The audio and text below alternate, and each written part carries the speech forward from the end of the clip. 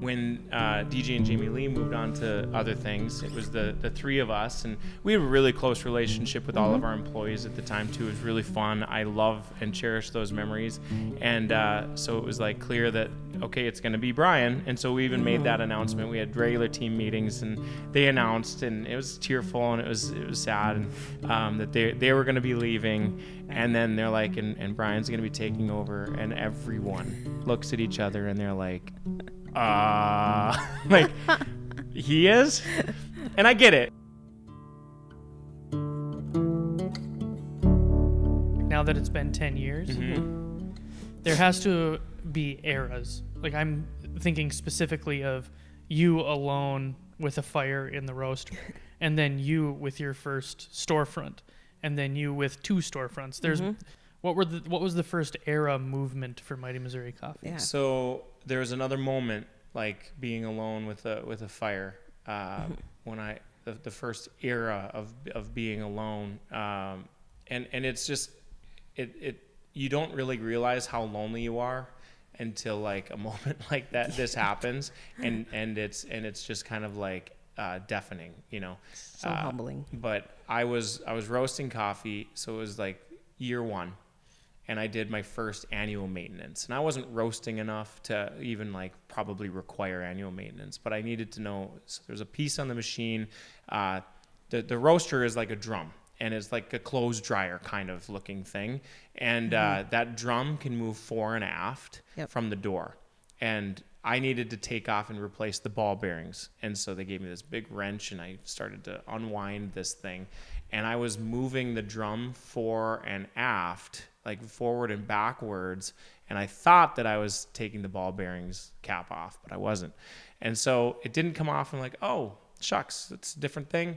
Twisted it all the way back in, not realizing that I left like a gap from the door to the drum. I put the green beans in once I got it to temperature, and green beans just spilled all over the floor. I'm like, what the heck happened? So I'm calling technical support, and he's like, oh, I know what happened. This is what you did when you moved this and made a space. And I was like, oh, okay, I'll move it back, and you can figure this out. He's like, no, you have a big problem. You have a hot machine and green beans inside the roaster. You have an imminent fire. Oh. And like, oh, okay. So he's like, so this is what you need to do. You need to get a fire extinguisher ready and pull this off and a hose. This is where you need to break the gas line. And I was like, no, I don't break gas lines. I don't know how to do that. And so my next door neighbor is a contractor, Tobias Marmon Construction, and he happened to be home. Like, Toby, I have a problem. And he helped me, like, okay, we broke that. We came, and vacuumed it up before there was a fire. But it's oh my gosh, these little things, like just by the skin of your teeth, avoiding these things. So that was like, I think kind of a deafening, this isn't a normal job, and it's, and you're on your own. Like, I go home just like, wow, this was a wild day. And then fixing that kind of dilemma that I had of the end user and wanting, I just knew I needed to, we're doing some really great coffee here. I need to show that off. And so I needed to get it to, like a storefront. And that was the next adventure. And so we opened a coffee shop at the bike shop at 701 Cycle and Sport. And then you automatically have a team by necessity. We have to have people who are staffing it. That's a big change. I had business partners then. I had BC Bagels, who was a restaurant in town that I really liked. I had a menu all of a sudden. And so we partnered together in doing that. And it doesn't work. Like, it's an awesome spot. It's beautiful. There's a ton of heart in it. It's romantic. It was along the Missouri River, Mighty Missouri Coffee. There's cottonwood that we had milled, and that it was like my uncle's neighbor milled cottonwood, and we put that on the side. A friend built the whole thing. And it's just like this labor of love, and it's beautiful, but it doesn't work. And meaning, like, it was not making money, meaning it was losing money. And the roaster by that time was self-sufficient. And so it was providing the coffee, and there was we were small enough that we were able to hang on for a little while. But that season was really difficult because we've brought in more people, more heart, and we weren't all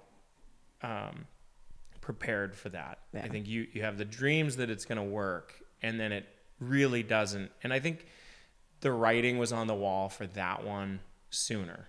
And you don't want to say that like to anybody. Yeah. But it's like, okay, this is either going to pick up or we're going to have to dissolve it. And nobody wanted to like admit defeat that soon, but you have that many people, that many cooks in the kitchen about this is what we need to do. Like it was kind of a recipe for disaster. And I still love all the business partners that I had at the time. But if you're like partnered with somebody and you're maybe 2 degrees off, like you fast forward 5 years and it's kind of like insurmountable. Yeah. And that's kind of what we were facing. Like it's a beautiful space. We all want it to work so badly, but it's just not. Then we had the YMCA, Bismarck YMCA had this unused space, perpetually unused space that they had wanted to put a coffee shop in. And they wanted it to be local, which is awesome because they could have easily. Oh yeah, good for them. Starbucks, like Caribou, who've done it a trillion times, and instead they put an RFP to like local places, and it's like, first of all, the YMCA, like we aligned ourselves with like the biking community. 701 Cycle was an awesome spot to begin, but the YMCA is like those are our people. Business partners like used to work there. They used to like, and every night I would be swimming laps there since I moved here as a freshman in college, And so whatever we need to do to get in there, we need to bend over backwards to do it. But also it's like, we need to jump ship from this ship that's clearly sinking. Yeah.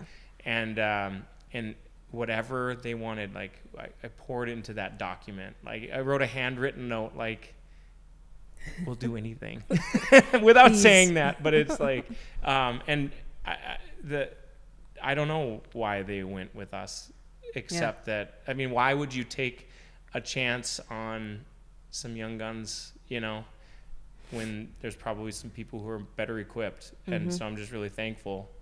And so we moved into the YMCA. And if you're talking walking traffic in Bismarck, North Dakota in January, it's a little tough to come by. But at the Bismarck YMCA, it's not. And it put Mighty Missouri on a platform. And I think on a larger platform.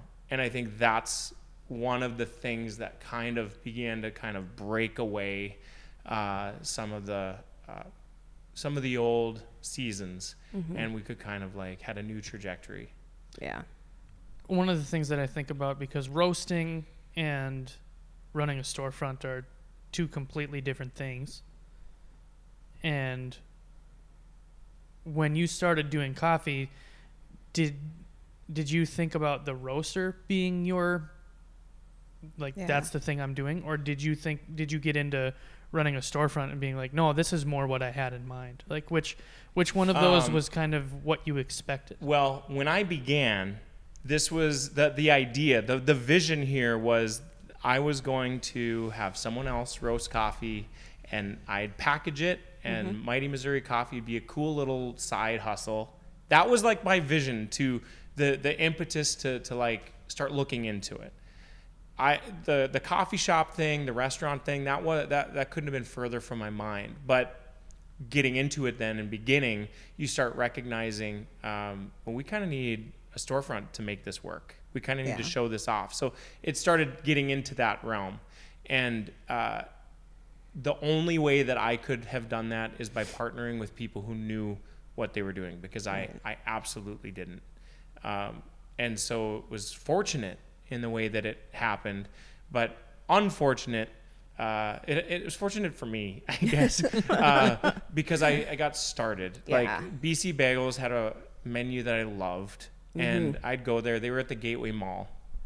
They had a really great business on Main Street. They like upgraded to the Gateway Mall, which in Bismarck is it's one of the, I don't know, it's weird that it's not a great spot for a restaurant is what I'll say. It seems like every restaurant starts there and then goes somewhere and I think else. has to move. Yeah.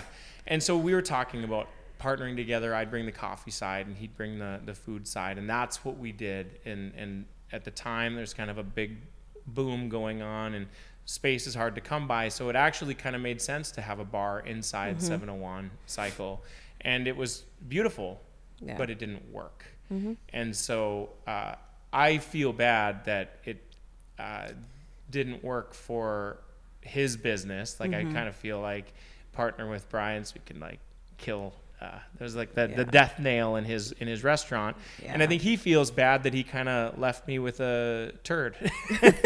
And so but I guess the difference is like I needed to make it work, and it was very similar to the start where I want everyone to succeed, and I want all of us as business partners especially to like have a great experience, but that's not the reality always. It didn't seem to be, unfortunately. And too, but you never know if you don't try.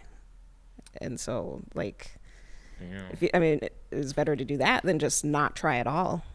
And you learn from that too. I think. And failure is hard, and I think culturally failure is hard, but I fortunately we hadn't had a failure that like was a clincher. Yeah. You know, when it was small enough that it very easily could have been. Yeah. So DJ and Jamie Lee Kramer, who they were originally from here and were moving back to Bismarck to open a coffee shop. We were talking to them. I was talking to a few people at that time, like airing out different opportunities, and they ended up like managing was going to be the deal. They would manage that coffee shop, see if it was for them. And then they could come on as partners, and then they ended up buying out Eric with BC Bagels, and so it was like a 3-person partnership at that time. And it was like there's some awkward pieces of like there's personalities, and everyone has like their heart in this in some sense. And so starting up a restaurant is no joke, and it seems like like we're there. We have the same amount of hustle in as like a franchise, but we're not getting the same amount of like news coverage or anything like that. It's just like grassroots through and through. I don't think the partnerships are a bad idea, but I also think that no one is going to have the same exact vision for your success as you do. Right. So I think that partnerships are inherently difficult, but not impossible. And if you're making money, like everybody's happy. It's when you're not making money, and it's like it's when it really tests you. Yeah. And eventually it was like we all needed to decide what we actually wanted to do here. And the question became for my partners, I think was like, are we going to stick it out and hustle this thing?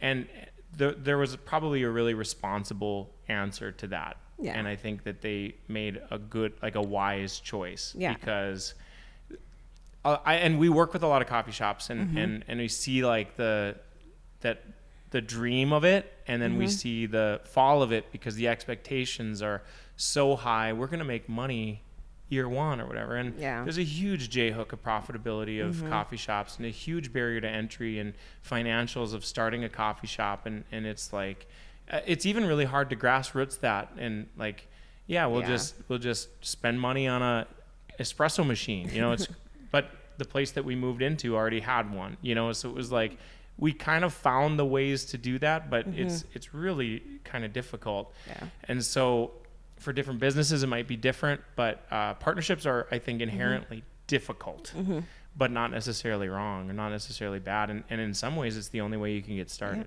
in some instances, which is true for me. To your partnership, like at some point, you got to be okay with being like, no, this isn't working. And that's okay too. Like there's nothing wrong with it ending up how it did. And so when DJ and Jamie Lee moved on to other things, it was the three of us, and we had a really close relationship with all of our employees at the time too. It was really fun. I love and cherish those memories, and so it was like clear that okay, it's going to be Brian, and so we even made that announcement. We had regular team meetings, and they announced, and it was tearful, and it was sad, and that they were going to be leaving, and then they're like, and Brian's going to be taking over, and everyone looks at each other, and they're like, like he is, and I get it. Like I had to transfer from kind of, I wasn't behind the bar regularly. I was operating this other entity. And so I had to kind of go from being the goofy, friendly, like vendor type of owner to I am the boss. Yeah. And that's a not only a difficult transition, but the day that I was officially on my own was January 1st, 2020. And good year. And January 1st is the day that I closed the bike shop location. And then March of 2020 was the first day that the YMCA and all gyms across America closed.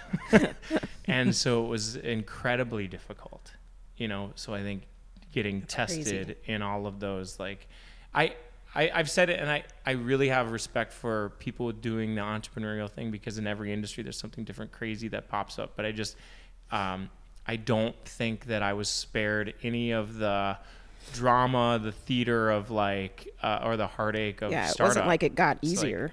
Okay, when is the point exactly where we can cruise? Yeah. I'd call and talk to my parents and like, here's a weekly update of how things are going, and it's just like, oh my goodness, there's so many things that are wrong. When's it gonna work? But you look at 30,000 feet, and it's like it's working. Still around. Yeah. And there's really two different reasons to start a business. To make money, which is good, and to be like out of an act of creativity, to like build something creative that sustains you, and I think that's more where I fall. It'd be fun to make money someday too, but that I think it's a creative act, and pairing, I think this is true for marketing across the board, but pairing an experience with the product is really potent. And that's why like Another Day, Another Adventure is stamped on every bag. It's because I know that it's like music. My favorite song is not necessarily the most musically intelligent song. Yeah. It's that pop song that was on the radio because I was at that one place with that one person, and that's what came on. And coffee is very much like that. It's such a sensory product. Like from the moment you open the bag and you put it in the grinder, like there's the aroma, there's the dry aroma, there's the brewing wet aroma, then the flavor, like all of that's super interesting, because there's the psychology of like the same reason that you smell a lavender candle and you're like, grandma, it like takes you back. And so I thought, no matter what, if this is the coffee that you take when you go hunt with your friends, and then on Monday morning when you're in the office and it takes you right back there, no matter what, I'll win. Yeah. But the challenge has always been, well, there's a trillion coffee roasters. I feel like there's a trillion coffee roasters that have started since 2012, and it's probably close. But that's been the challenge, is how do we, I know that's the answer, and the challenge has always been, how do you do that, especially grassroots? We're still, like, I have a heavy dose of reality. Like, even I say like the YMCA was a saving grace. Well, it was a saving grace, but I also like it's a coffee bar at the Bismarck YMCA, Bismarck, North Dakota. I get it. We're small, but we're still growing. There's a lot of people involved and a lot of personalities, and it's a trip. It's not just about making money. Like you said, it's nice to make money, but you've given yourself purpose. You're giving other people purpose.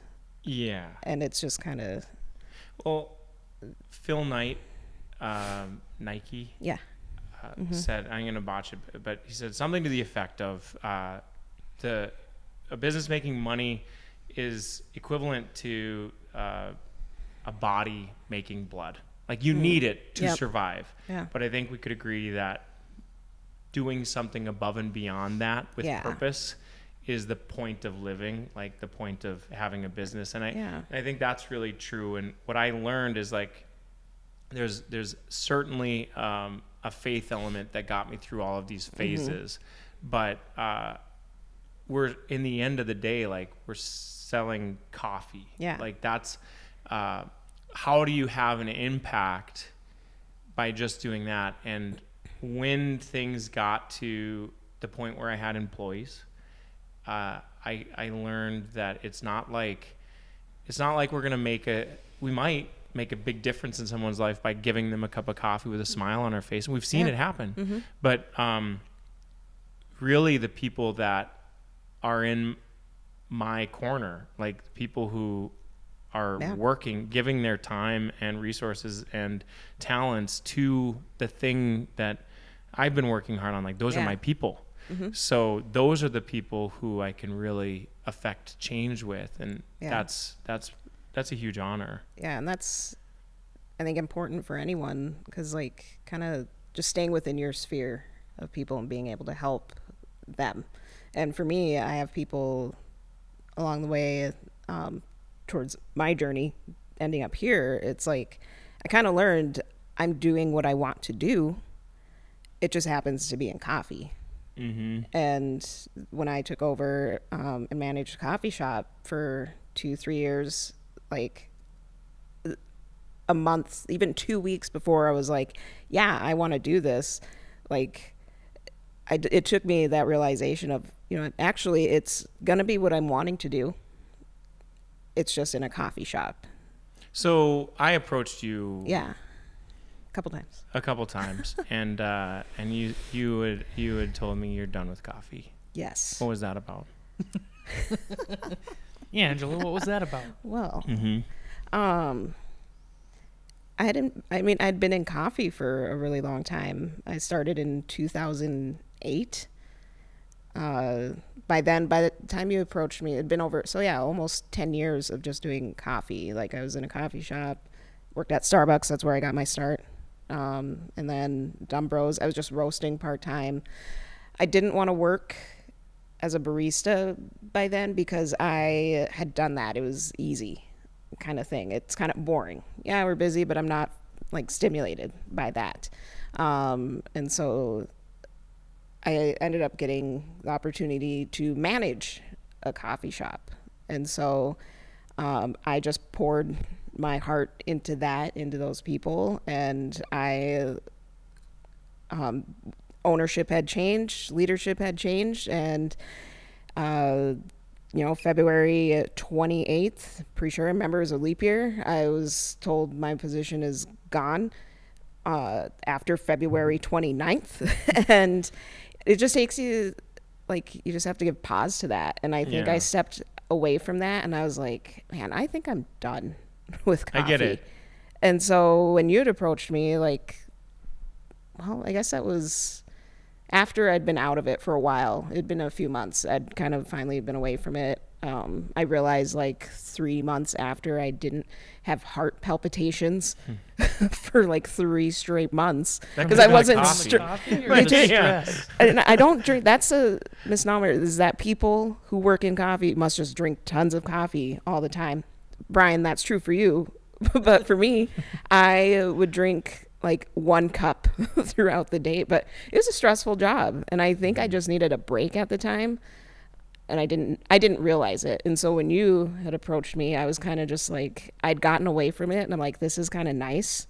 I was feeling a little like, I don't know what I'm going to do when I grow up. And, at 33. And you're grown up. And I'm still not sure what I'm going to do completely.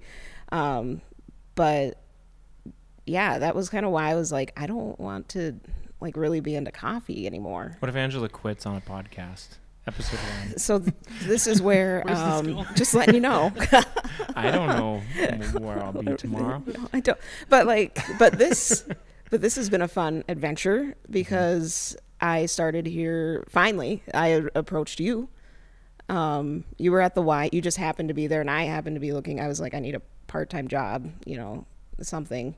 And I asked you, and you're like, oh, well, yeah. Just kind of just thinking about it again, and I was like, well, I don't know if I want to jump in. Yeah, you were number one on my list, and so here I even come. told people, I was like, Angela was at the coffee shop, and she asked if there was a part-time job, like I mean, very there were some part-time. details to iron out. Part-time, and then it started as that, and then it was like, well, what do I need to get you to be over here full-time? And I was like, well, you gotta give me a reason to. And then she told me, and I was like, whoa. Like, whoa.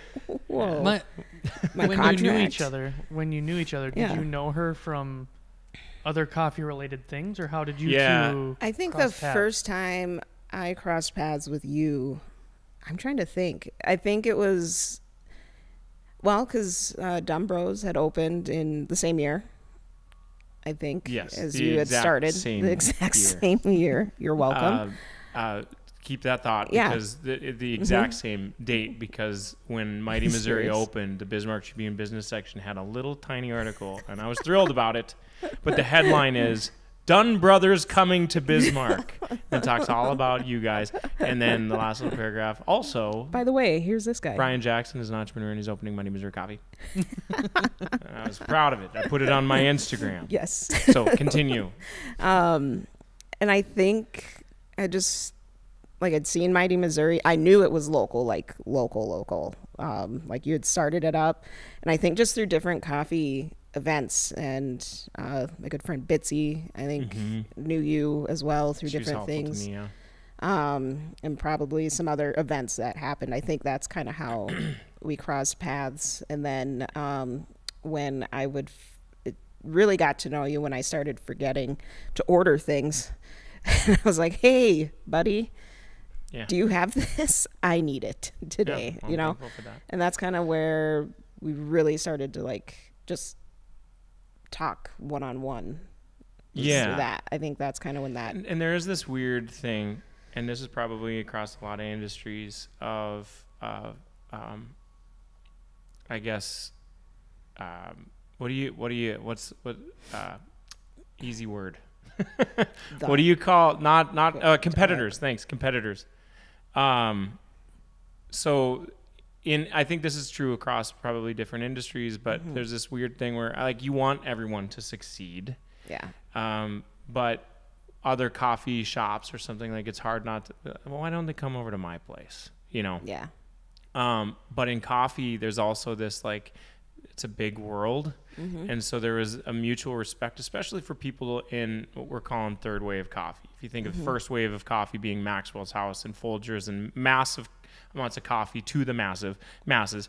And then Starbucks being the second wave of coffee, where people are now drinking cappuccinos, and it's normal. It's not hoity-toity. It's an expectation. That was Howard Schultz brought it to the masses. They're calling the third wave of coffee, really bringing it back to the origin, growing practices and roasting practices, and that's really what we're focused on. Yeah. So especially people doing that, there's kind of a mutual respect, I think, of you want everyone to succeed, but it's a little funny in that way as well. Yeah, and for me, I don't know, and I would tell people when I was still at Dumb Bros, I'm like, it's not I'm not competing with Mighty Missouri, because we're a different company. We're reaching a different crowd, and I think that's probably why we ended up chatting a little bit, because I didn't think of, maybe you thought of us as a threat, maybe, I don't know, but I don't want my that. Headline was Yep, Dumb I was just proud to be in print.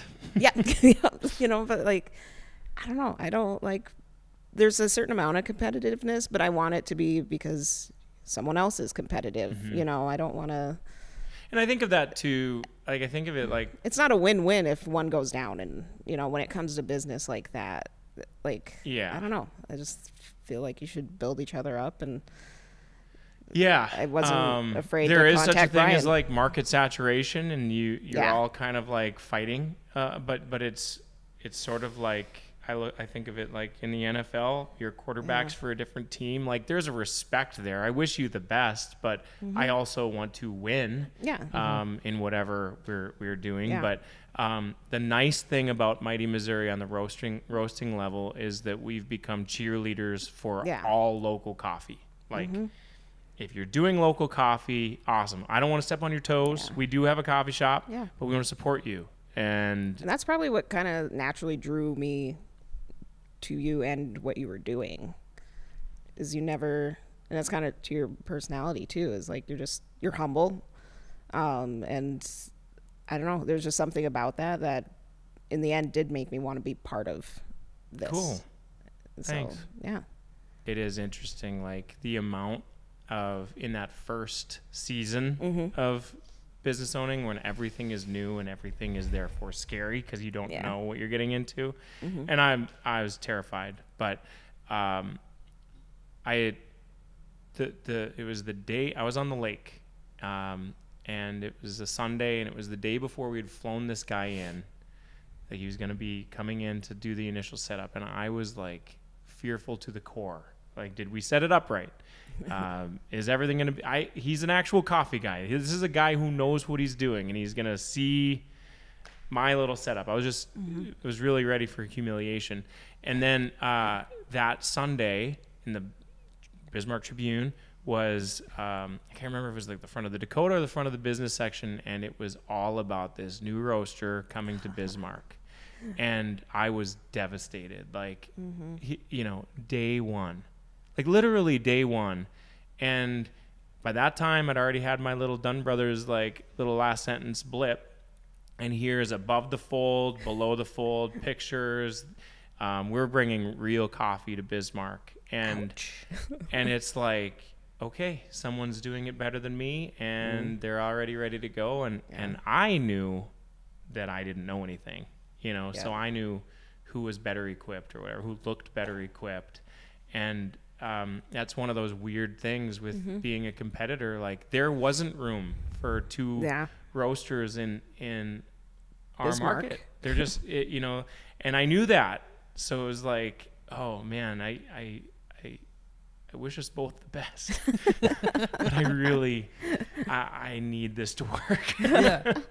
Well, and I think that's two different ways of approaching it, right? Like there isn't room for both of us.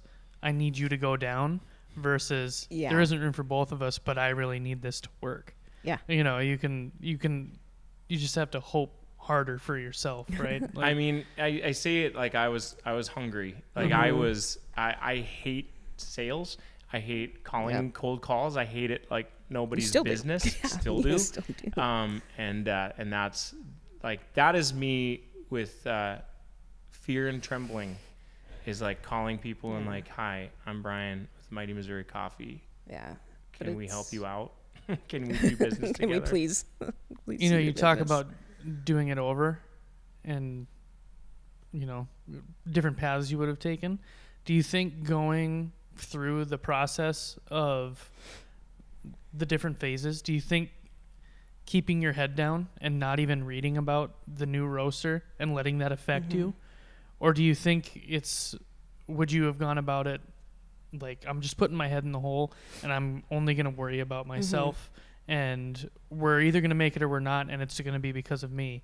Or do you think you would pay attention to everything around you and worry about the headline in the newspaper, worry about another roaster popping up? Like, if you would have not known about that at all, would that have been better for you? Well, that's a really hard question, except I wouldn't worry as much. Sure. If I could do it again, because like worry isn't getting you anywhere anyway. And I absolutely like that. That's a big problem. So I would like, that's the end of it for me. But that was also a driving factor. That's like Michael Phelps putting the article about the French guys, the French team, in the back of his locker, So there was a bit of it that fed me, but it was out of fear. and I should not take myself so seriously, and I shouldn't have taken myself so seriously. And so that was that. I don't know how to answer that exactly, but that's difficult. And part of like this podcast even is like, it's cathartic to me, because like, you know, even revisiting some of that, like there was a lot of, you know, it's tears. It's cliche, but like blood, sweat, and tears, like honestly, of, you don't know. And then getting into the storefront, and we're not going to be able to make payroll. Like that's that'll keep you up at night. You know, that's a new fear. But I would, if I could redo it again, it's like I would try not to worry so much. You know, we got a new 1-star Google review yesterday, and they didn't say what it was about. Did that keep that you up? can be anybody. That could be anybody. That doesn't keep me up at night anymore, but it used to. Like it honestly, and it's a notification to my phone. Yeah. Like, Brian, that thing. But isn't it thing that you do? I hate it. On Google though? If they give if they give no reason, is there any weight to it? Exactly. 1 star of what? That's the other thing. It's like you're talking about the roaster. They buy it off the shelf at Dan's. And here's the other thing is the 5-star review with like, no, I love Mighty Missouri, whatever. It's like, I love to hear that. Great. 5 minutes later, I've forgotten. That's just the way. That's the way I'm wired. Because that's what your settings are, to expect that and hope for that. Yeah. Yeah. To survive. Yeah. But you get a 1 star with no explanation. That can't carry any You know, weight. what we had not long ago was the 1 star with an explanation. Never heard of this place. Like, that was it. thanks. Cool. Could you not review Did it? you go in? I told him, I got messaged back and said, hey, come check us out, and you might give us more stars. I don't know. Yeah. Turkeys. Do you ever run into issues like people lumping you in with like the YMCA? Yeah, and part of it was, okay, there's the romance of coffee that we've talked about, and it can be a problem, because like the first spot we had was like only like 100% romantic. It's not easy access. It's really a beautiful place to sit down, and the YMCA then kind of the opposite. It's convenient. There's a kids pool over there. There's a pool over there, and it's like, this is no longer the nice place. This isn't a first date place. You know, my fear was, how are we going to fit Mighty Missouri into corporate YMCA? A lot going on and everything else. Yeah. And there were things like that creatively we did. And this is all based on my own intuition and the help of like really talented people on staff that they've been great to work with at the Y, and our people. Like, it's just been a really cool thing, and a lot of those fears were unwarranted, because it's like we're doing something special there. And the YMCA is this is what's kind of incredible about what we're doing now, is the YMCA has this pretty incredible programming. Like, it could be Live Strong for cancer patients, and programming for people with Parkinson's, and we don't know their story. And we could be the first person that someone sees in a day. In coffee, you typically are. Yeah. And there's a lot of power in that engagement. So we have kind of a guide for our employees, and we say, like, every customer is a celebrity, and everything is going on Instagram. You know, we have other things, but it's like, if Carson Wentz or Josh Duhamel, our two North Dakota celebrities, came in, if they did, they would expect, like, oh my gosh, it's Carson Wentz. Let's make this latte really good.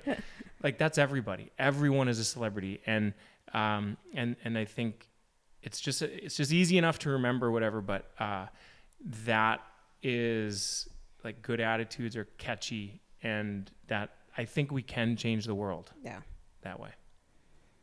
And it's interesting, like, you've managed somehow through all of this up till now to, like, stay in your lane. Like, you kind of figured out, like, you didn't try to be anyone else. And maybe at some points you did. Like, I mean, like, at some points you did, but like, And maybe it was because you couldn't. Maybe you wanted to do all that, but it was kind of like you stuck to what your main like goal and purpose was. You didn't. In the end, you haven't tried to be someone else. It's kind of. I feel like you've found your fit. You know, you're welcome. You know, it's just because you're being in it more so, and even watching too. You aren't like that. You know, downtown coffee shop, which I know I think we talked about before. You kind of started that and it didn't really work. But it's like, I don't know. I like that. And I think people need to remember, as we are like being competitive and stuff, you do have to stay in your own lane. And I've done that better in different times than other times. Yeah. And I think like the big regret that I have over all this is like people getting upset is just like a product of doing something, like of acting and doing anything. But that's the big regret I have, is something didn't work out with an employee, like didn't see eye to eye or whatever. Like if there's ever employee issues or even like other business owners or something where it's just like there's a clash there. I feel really bad about that, because obviously like the reason I started Mighty Mo was not to bulldoze and be like my way, or I mean it's really been like if you knew how it started, it was literally a tiptoe into the market and saying like, any room for me? And like, can I please, try to sell something? And so those are the big regrets I have, because it couldn't be further from what I hoped is. I want to make the world a better place. So when there's an issue, it's like, oh man, that's the biggest stressor. Right. We'd have a coffee shop that's like, hemorrhaging money, but the thing that I'm really worried about is why are they not having a good time at work? So I think we've managed to kind of work through those things a bit. And maybe it's not even that you put your head down, stay in your lane. It's just kind of, it's like adapt or die. Like something didn't work out, and you just try it naturally. You try something else, or you just kind of figure. You just have to figure. And like you said, you're hungry, and you have to figure out something. And it's just where we are today. What we did through COVID. Yeah, we were going to, like, at that point, it's like fine. Like we don't have to be roasting coffee. We don't have to have a coffee shop. But it was like, okay, we can either be loud and go out there, or we could like kind of like get shut in a little bit and just try to like sit through the storm. And we did the opposite. Like, okay, we're going to start selling syrups and sauces and alternative milks and everything that a coffee shop could need. Yeah. And we're going to get a billboard, and we're going to just do the things that, that might be a little bit uncomfortable right now, because you have to. I don't think there's much other option. Yeah. So was COVID kind of when you and Nolan got together and started the Another Day, Another Adventure ideas, or? Yeah, Nolan and I go way back to University of Mary days. Ooh. Yeah, this is 12 years ago. Communications majors. You're older and wiser than I. Much older and wiser. Yeah. And Nolan. 1 year. Yeah, Nolan was the guy who'd pass in the hallway, and he'd be like, he's the video guy in that class. Yeah. No, but we had an associate professor out there, Mike Shosey. Okay. And he came to me one time and he said, "Hey, there's another version of you in the class behind you." And I went, "Who is this guy?" And then he said, "No, for real, you need to meet Brian Jackson." And I was like, "What is he, a new and improved version of me? This isn't." And so he had been on my radar since I was probably a junior or senior. And then Mike introduced us, and so we've that's how far back we are. Nolan and I had talked about projects here and there lightly through Mike, and not knowing exactly, but that was my passion. Has always been communications. That's never changed. Right. And the only thing that's changed is the avenue that I've chosen to kind of pursue some of those things. But video, Nolan's a behind the camera guy, does brilliant things that way, and I've never been that. I don't have the mind for it. I love doing the other side, and so I've always been looking at projects where it kind of meshes together. And so it was like I said, Mighty Missouri for me is like an act of creativity. Another Day, Another Adventure was an idea that I'd had for production that I wanted to do, but you know, that's a different thing too, that won't make money day one. So you have to find ways that one would help the other. And so every bag was stamped Another Day, Another Adventure, to kind of like serve both sides. Yeah. And so we've partnered up on a lot of things, you know, at different times, and they've all been really memorable, except for that one. No, magnet fishing turned out.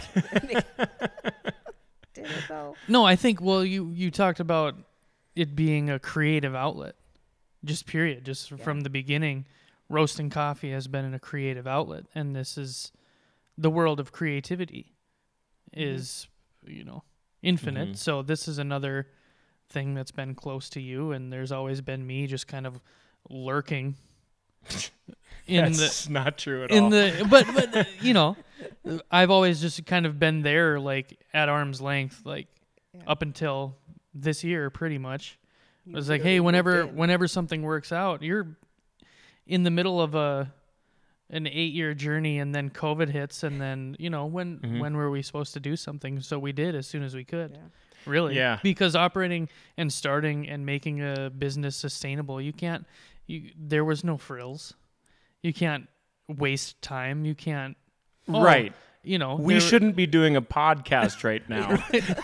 Oh my gosh. It's lunchtime. There's people who need coffee. Angela, there's a coffee shop to run. They're fine. I think everything's okay. Yeah. At this point, though, at least there's nothing's on fire right now, right? Yeah, we know. But that's very much very, very true. I Cut think. to Aaron over in the roaster. I mean, it's possible, but at least he's like trying to be quiet for us. He would try to be polite. Guys, I'm so sorry, but the shop it's down. It's all gone. Yeah. But and there's a piece of like Mighty Missouri. First of all, when there was the explanation that I had to tell people, like, you're doing what now? You're gonna be roasting coffee, and there was sort of like a piece of that I'm like, yeah, you know, should I? And then like today too, like we put out video, and that's not typical. We're not doing like necessarily commercials, so it's like, hey, you're the coffee guy. There's videos, like, and to me, it's just it is knee jerk. It is a reaction. Like this is what it's always been. Like before there was coffee, there was Nolan and Brian talking about doing some videos. Yeah. Yeah. And we just needed to get to the point where there was a story to tell. Yeah. What are you going to do? At the point when you're sitting there staring into a cup of coffee, shaking because there was something on fire, you're not going to tell that story right now. It's going to be a lot easier to do that 7 or 8 years from now. When the fire has been put out, right? So, right. And very clearly, like with the posture that this is I'm in it. I'm in the middle of it, and I have not made it. Oh, it's a small bit. No. Right. And I don't think that, I mean, when you get to the point after 10 years, maybe you still don't, you know, when does the feeling of I've made it showed up? Well, like, yeah. Did it, I mean, I'm sure the feeling of like taking a deep breath and just being like, oh, okay. And time to reflect on the last 10 years. Did it take 10 years, or did COVID push that off? So this is I've always related this journey to a mountain climbing experience. I'm at the point where I can recognize we're at a mountain vista. Like we can look back on where we've come, saying we now, because we've brought people along and they're climbing with me, you know. And people have helped me from the beginning and come and gone. and that's part of that tough journey. But I think now we can just like allow ourselves to look back and say, look at this beautiful thing. Yeah. And I think we're going to continue to climb, but it's not towards the mountaintop. It's towards like the experience, I think. Right. And that's all we can do. And if that's the case, then I guess we can say in some small sense we've made it. You know, there's always adapt or die. We're going to continue to do the best that we can. But I do think like maybe 10 years is a good time to say, oh, wow, let's take a breather here, which I've never done before. I really haven't done that before. Thanks, guys, for letting me get that off my chest.